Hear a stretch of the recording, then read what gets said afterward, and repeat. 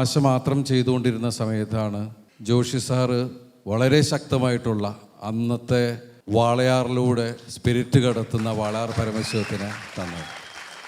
Sir തന്നെയാണ് എന്നെ കേരളത്തിൻ്റെ ഹോം മിനിസ്റ്റർ ആക്കിയതും സാറ് തന്നെ. തങ്കമണി എന്ന നാടിനെ നമ്മൾ ശ്രദ്ധിപ്പിക്കുന്നു, അല്ലെങ്കിൽ നാടിന് ഡെഡിക്കേറ്റ് ചെയ്യുന്നൊരു സിനിമ തന്നെയായിരിക്കും ഇത്. ആരെയും മോശമാക്കാനോ എന്നുള്ളൊരു സിനിമ തന്നെയല്ല. ഞാൻ ആദ്യം വിചാരിച്ചത് ഇങ്ങേര് മലയാളി അല്ലെന്നാണ് വിചാരിച്ചത്. നല്ല ഫ്ലുവൻ്റായിട്ട് മലയാളം പറഞ്ഞ കേട്ടപ്പോഴാണ് സുദേവ് നായർ. ഞാൻ ഒരുപാട് സിനിമകളിൽ അഭിനയിക്കണമെന്ന് ആഗ്രഹിച്ച ഒരു നടനാണ്. കൂടെ ഒരു എപ്പോഴെങ്കിലും വർക്ക് ചെയ്യണമെന്ന് ആഗ്രഹിച്ചാണ്. നല്ല രസമായിട്ട് മലയാളം പറയുന്നു, നല്ല കോമഡി ഉള്ള ഒരാൾ, കോമഡി ഹ്യൂമർ സെൻസ് ഉള്ള ഒരാളാണ്. പിന്നെ അതുപോലെ എനിക്ക് കിട്ടിയ 2 സഹോദരങ്ങളാണ് അന്യ സംസ്ഥാനത്തുനിന്ന്, നമ്മുടെ സമ്പത്ത് റാവ് സാറും അതുപോലെ തന്നെ ജോൺ വേ ബ്രദർ. പോയിട്ടിങ്ങളാ വരുമാ?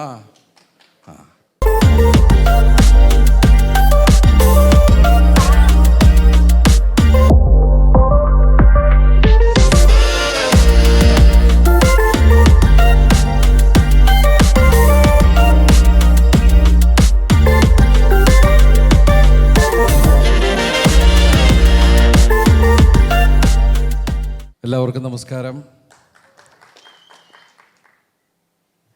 ഇതെൻ്റെ 148ാമത് സിനിമയാണ്.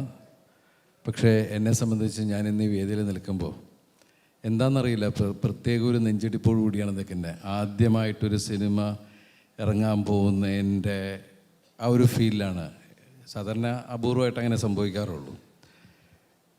എന്നെ വിശ്വസിച്ച് ഈ സിനിമയിലെ കഥാപാത്രത്തെ, അബേൽ ജോഷുവ മാത്തൻ എന്ന കഥാപാത്രത്തെ ഏൽപ്പിച്ച ഇതിൻ്റെ സംവിധായകൻ രതീഷ്. കാരണം ദിലീപ് എന്ന് പറയുമ്പോൾ എല്ലാവരും എൻ്റർടൈൻമെൻറ്റ് എന്നുള്ള രീതിയിലാണ് കാണുന്നത്.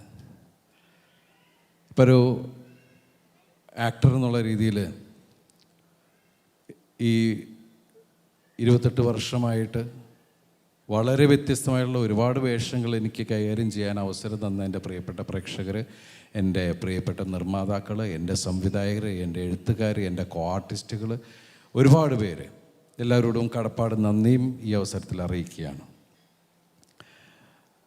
ഒരു ആക്ടറെ സംബന്ധിച്ച് ഡിഫറൻ്റായിട്ടുള്ള വേഷങ്ങളിലൂടെ പോകുക എന്നുള്ളത് നമ്മുടെ സ്വപ്നവും ആഗ്രഹമൊക്കെയാണ്.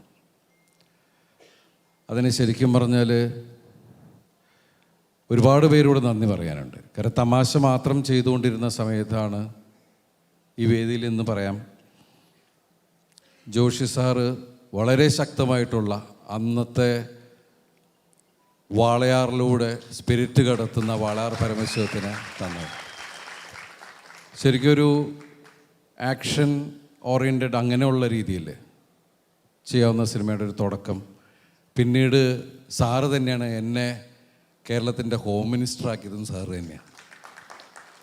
പിന്നെ ചെസ്സ്, അതൊക്കെ വേറെ തരത്തിലുള്ള സിനിമ ചെയ്യാനുള്ള ഒരു ലൈസൻസ് കിട്ടുക എന്ന് പറഞ്ഞാൽ വലിയ സന്തോഷമാണ്. ഇന്നും നമ്മുടെ പ്രിയപ്പെട്ട പ്രേക്ഷകരടക്കം എല്ലാവരും ചോദിക്കുന്നുണ്ട് എന്നാണ് വാളയാർ പരമശിവം എന്നൊക്കെ. അപ്പോൾ ആ സിനിമ അത്രത്തോളം ജനങ്ങളിലേക്ക് എത്തി. അപ്പോൾ തമാശ മാത്രം ചെയ്തിരുന്ന സിനിമകളിൽ നിന്ന് വ്യത്യസ്തമായിട്ടുള്ള കഥാപാത്രങ്ങളിലേക്ക് കടക്കാനുള്ള അവസരം തന്ന എൻ്റെ പ്രിയപ്പെട്ട സംവിധായകരോട് ഈ സമയത്ത് ഞാൻ നന്ദി പറയുകയാണ്. അങ്ങനെ പല സിനിമകൾ ചെയ്ത് ഇന്നിപ്പോൾ തങ്കമണി എന്ന സിനിമയിൽ എത്തി നിൽക്കുകയാണ്. 1986 തങ്കമണി കട്ടപ്പനയിലെ, ഇടുക്കി ജില്ലയിലെ കട്ടപ്പനയുടെ അടുത്തുള്ള തങ്കമണി സംഭവം ഉണ്ടാവുകയും അതൊക്കെ ഞാൻ അന്നത്തെ പത്രങ്ങളിലൊക്കെയാണ് വായിച്ചത്. അന്ന് ഞാൻ കോളേജിൽ പഠിക്കുന്ന സമയമാണ്. പക്ഷേ ലൈഫിൽ ഞാൻ ഒരിക്കലും ചിന്തിച്ചിട്ടില്ല തങ്കമണിയിൽ ജീവിക്കുന്ന, തങ്കമണിയിൽ ജനിച്ചു വളർന്ന ഒരു കഥാപാത്രമായിട്ട് ഞാൻ പിന്നീട് അത് ഒരു സ്ക്രീനിൽ പ്രസൻറ്റ് ചെയ്യുന്ന ഒരു അവസ്ഥയൊന്നും ഞാൻ സ്വപ്നത്തിൽ പോലും ചിന്തിച്ചിട്ടില്ല. പക്ഷെ അന്നൊക്കെ തങ്കമണി എന്ന് പറയുന്നത് എന്നെ സംബന്ധിച്ച് വളരെ ദൂരെയുള്ള ഒരു നാടാണ്. ഞാൻ ആലുവയിൽ പഠിക്കുകയും ഒരു വൈപ്പിൻ കരയും അല്ലെങ്കിൽ കൂടി വന്ന എറണാകുളം ജില്ല, പിന്നെ ഗുരുവായൂർ അമ്പലത്തിൽ പോകുമ്പോൾ തൃശ്ശൂർ ജില്ലയിലേക്ക് പോവുക, ഇങ്ങനെയൊക്കെ ഉള്ളൊരു ലോകമായിരുന്നു എൻ്റേത്. അന്ന് എന്നെ സംബന്ധിച്ച് കട്ടപ്പന എന്ന് പറഞ്ഞ് വളരെ ദൂരമുള്ള എവിടെയോ ഉള്ളൊരു സ്ഥലം, അവിടെ ഇങ്ങനെയൊക്കെ സംഭവിച്ചു. പക്ഷേ ഈ സിനിമയുടെ കഥയുമായിട്ട് അല്ലെങ്കിൽ തങ്കമണി സംഭവത്തിനെ ബേസ് ചെയ്തൊരു കഥയുണ്ടെന്ന് രതീഷ് പറയും. രതീഷ് അതിനെക്കുറിച്ച് പറയാൻ വരികയും അപ്പോഴാണ് തങ്കമണി എന്ന് പറയുന്ന ആ ഗ്രാമത്തിൻ്റെ വേദനയെ, അതിൻ്റെ ആഴം എനിക്ക് മനസ്സിലാവുകയൊക്കെ ഉണ്ടായത്. പക്ഷേ ഇതിൽ ഞാൻ കണ്ടത് ഒരു വ്യത്യസ്തമായിട്ടുള്ളതെന്ന് വെച്ചാൽ റിയൽ ഇൻസിഡൻസിനെ ശരിക്കും ഒരു ഫിക്ഷനോട് ബ്ലെൻഡ് ചെയ്തിട്ട് ഒരു ഗംഭീര ഒരു കഥ ഞാൻ കേട്ടു.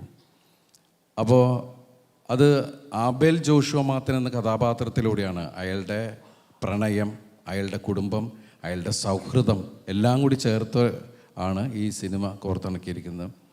ഇപ്പോൾ റിയൽ ഇൻസിഡൻസ് ഏറ്റവും കൂടുതൽ ഇപ്പോൾ ലാസ്റ്റ് മഞ്ഞുമൽ ബോയ്സ് വരെ നമ്മൾ കണ്ട കാര്യങ്ങൾ അല്ലെങ്കിൽ കേട്ടറിഞ്ഞ കാര്യങ്ങൾ നമ്മുടെ മുമ്പിൽ ബിഗ് സ്ക്രീനിൽ അത് റീക്രിയേറ്റ് ചെയ്യുകയാണ്.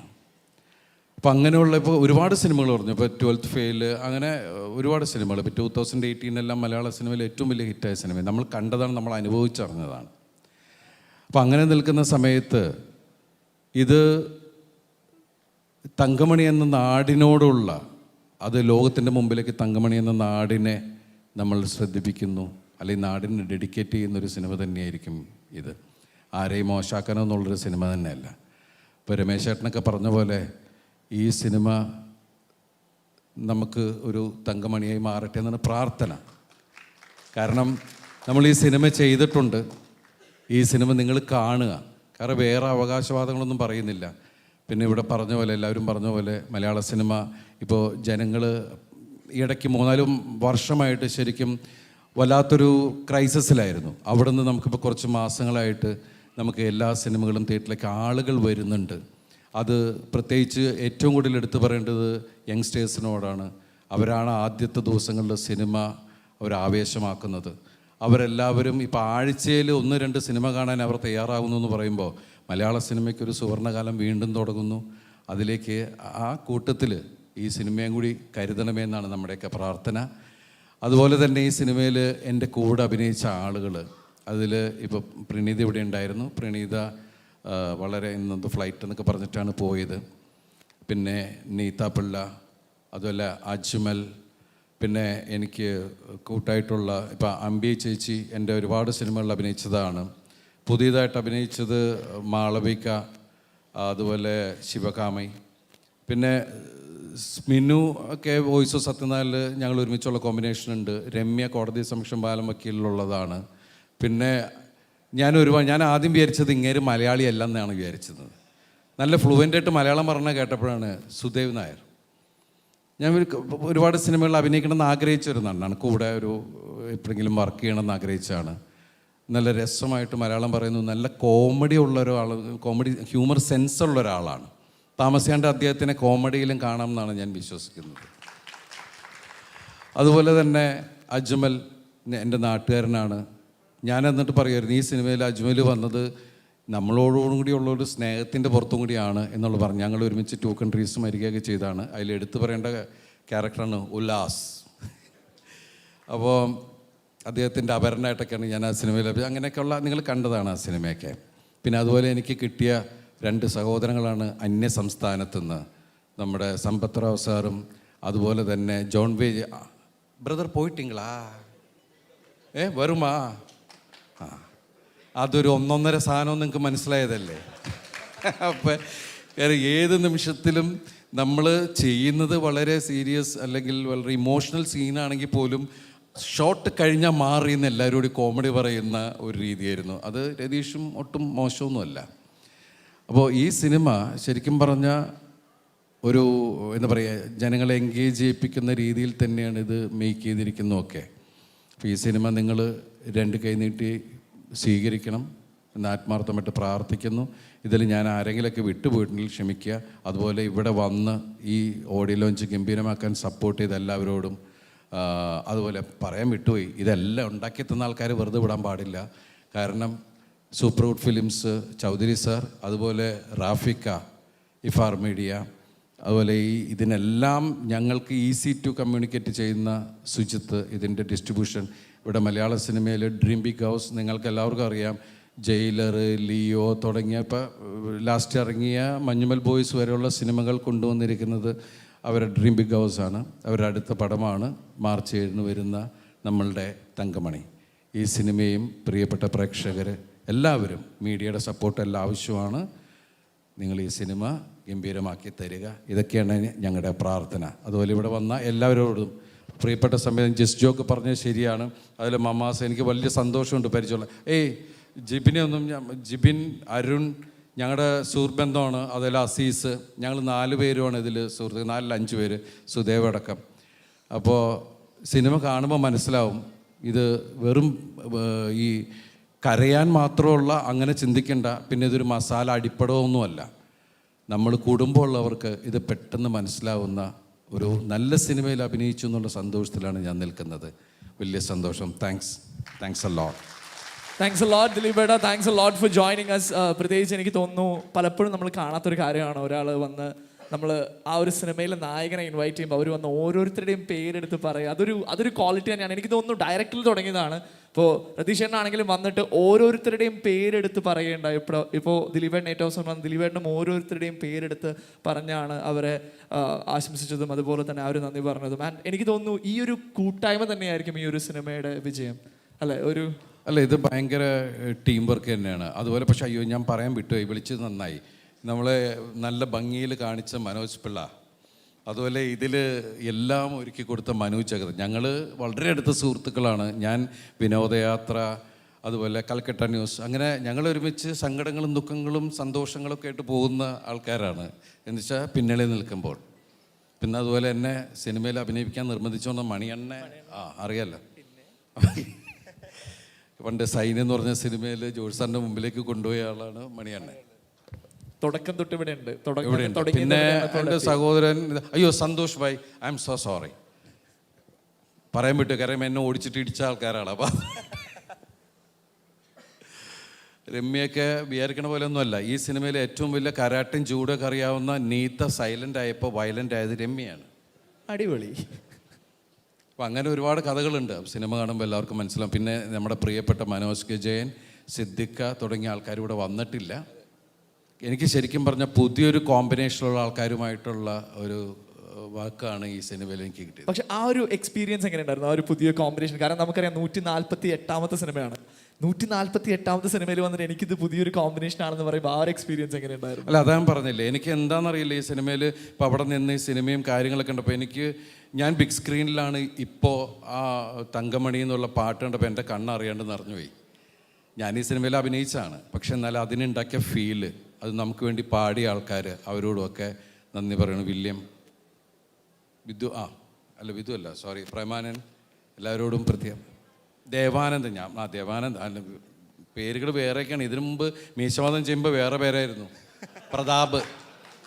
അപ്പോൾ ഇവരിടക്കിടയ്ക്ക് പേര് മാറ്റുമെന്ന് നമുക്ക് ടെൻഷനാണെന്നേ. ഇല്ലേ, അന്ന് പാടുമ്പോൾ പ്രതാപല്ലേ, അത് കഴിഞ്ഞപ്പോഴാണ് പറഞ്ഞത് ചേട്ടാ ഞാൻ പേര് പറ്റി ദേവാനന്ദ് എന്നാക്കിയത് പറഞ്ഞു. അപ്പോൾ ഇടയ്ക്കിടയ്ക്ക് മാറ്റുമ്പോൾ ഒന്ന് പറയണം. ഇനി മാറ്റില്ല, ഫിക്സ്. Okay, done. ആളിപ്പോൾ വിചാരിക്കേണ്ട മാറ്റണ്ടായിരുന്നു എന്ന് വിചാരിക്കണ്ട. ഇപ്പോഴാണ് എല്ലാവരും അറിഞ്ഞു തന്നത്. സോ ദിലീപേട്ട, താങ്ക്സ് എ ലോട്ട്. ഇന്നത്തെ ഈ ഒരു ദിവസം ഇവിടെ എത്തി. എനിക്കറിയാം ദിലീപേട്ട സിനിമയാണ്, നമ്മളെല്ലാവരും കാത്തിരിക്കുകയാണ്. അപ്പോൾ എന്താണെന്ന് വെച്ചാൽ രാവിലെ ഇന്നലെ തുടങ്ങി പ്രമോഷൻ്റെ പരിപാടിയായിട്ട് ഇങ്ങനെ ഓരോ കാര്യങ്ങൾ സംസാരിച്ചുകൊണ്ടിരുന്നിട്ട് സത്യം പറഞ്ഞിട്ടൊരു വെളിവ് പോയിട്ട് നിൽക്കുന്ന ഒരു സ്ഥലമാണ്. അടിപൊളി. പക്ഷേ രാവിലെ തൊട്ട് പ്രൊമോഷനാന്ന് പറഞ്ഞു. അപ്പോൾ നമുക്കറിയാം നമ്മുടെ ഈ സിനിമ ഇനി മാർച്ച് 7 തിയേറ്ററിൽ എത്തുമ്പോൾ അതിന് മുമ്പായിട്ട് എല്ലാവരിലേക്കും എത്തിക്കുന്നവർ തന്നെയാണ് നമ്മുടെ മീഡിയ ആളുകൾ, അല്ലേ? അപ്പോൾ നമ്മുടെ മീഡിയ ടീമിന് നല്ലൊരു കൈയടി കൊടുക്കാം. ഇന്നത്തെ ഒരു ദിവസം ഇവിടെ എത്തിച്ചേർന്നതിനും നിങ്ങളുടെ ഒരു ത്രൂ ഔട്ട് സപ്പോർട്ട്. നമ്മൾ പറഞ്ഞു മലയാള സിനിമയുടെ സുവർണ്ണ കാലമാണ്, അതിന് ഒരു മികച്ച കാരണം നിങ്ങൾ ഓരോരുത്തരും കൂടെയാണ്. തീർച്ചയായിട്ടും. അതെ. അപ്പോൾ എനിക്ക് തോന്നുന്നു ഇന്നത്തെ ഒരു ദിവസത്തിന്റെ ഒരു ഓർമ്മ നമുക്ക് ക്രിയേറ്റ് ചെയ്യാം. അയ്യോ ഞാൻ പറയാൻ വിട്ടുപോയി, എന്നെ നിങ്ങളുടെ മുമ്പിൽ പല രൂപത്തിലെത്തിക്കുന്ന ഒരാളെക്കുറിച്ച് ഞാൻ പറഞ്ഞില്ല. മായാമോഹിനിയായിട്ടും സൗണ്ട് തോമയൊക്കെ ആയിട്ട് എന്നെ ഈ രൂപത്തിലെച്ച റോഷൻ. ഒന്ന് എഴുന്നേറ്റ്, ഐ എം സോ സോറി. എൻ്റെ വളരെ അത്രയും കഴിവുള്ള മേക്ക് മാനിൽ എടുത്തു പറയേണ്ട ഒരാളാണ് റോഷൻ ജി.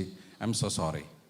കാരണം ഇവിടെ ഞാൻ പറഞ്ഞില്ലേ ഭയങ്കര നെർവസായിപ്പോൾ. എന്താണ് സംഭവം എന്ന് എനിക്ക് മനസ്സിലായില്ല. ഞാൻ ഭയങ്കര നെഞ്ചിടിച്ചോട്ടാണ് ഇവിടെ വന്നത് ഇത്. അതുകൊണ്ട് ഇവിടെ വന്ന് ലിസ്റ്റും ബായ്, ഷാജു ബായ്, എല്ലാവരോടും നന്ദി, ഒരുപാട് നന്ദി.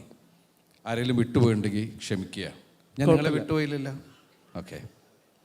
സുജിത്തനോടാണ് എല്ലാവരും സംശയം ചോദിക്കുന്നത്. ഉറപ്പല്ലേ? നമ്മൾ ഡണ്ണല്ലേ? John brother വന്നിട്ടിங்களா? അയ്യോ சார், அந்த ட்ரெஸ் எல்லாம் எங்க போயிடுச்சு சார்? அது யாரு வாங்கியாச்சு?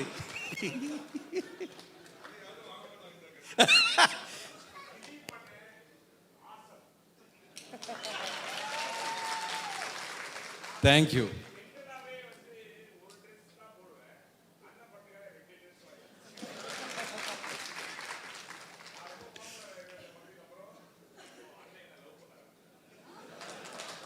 Love you, brother.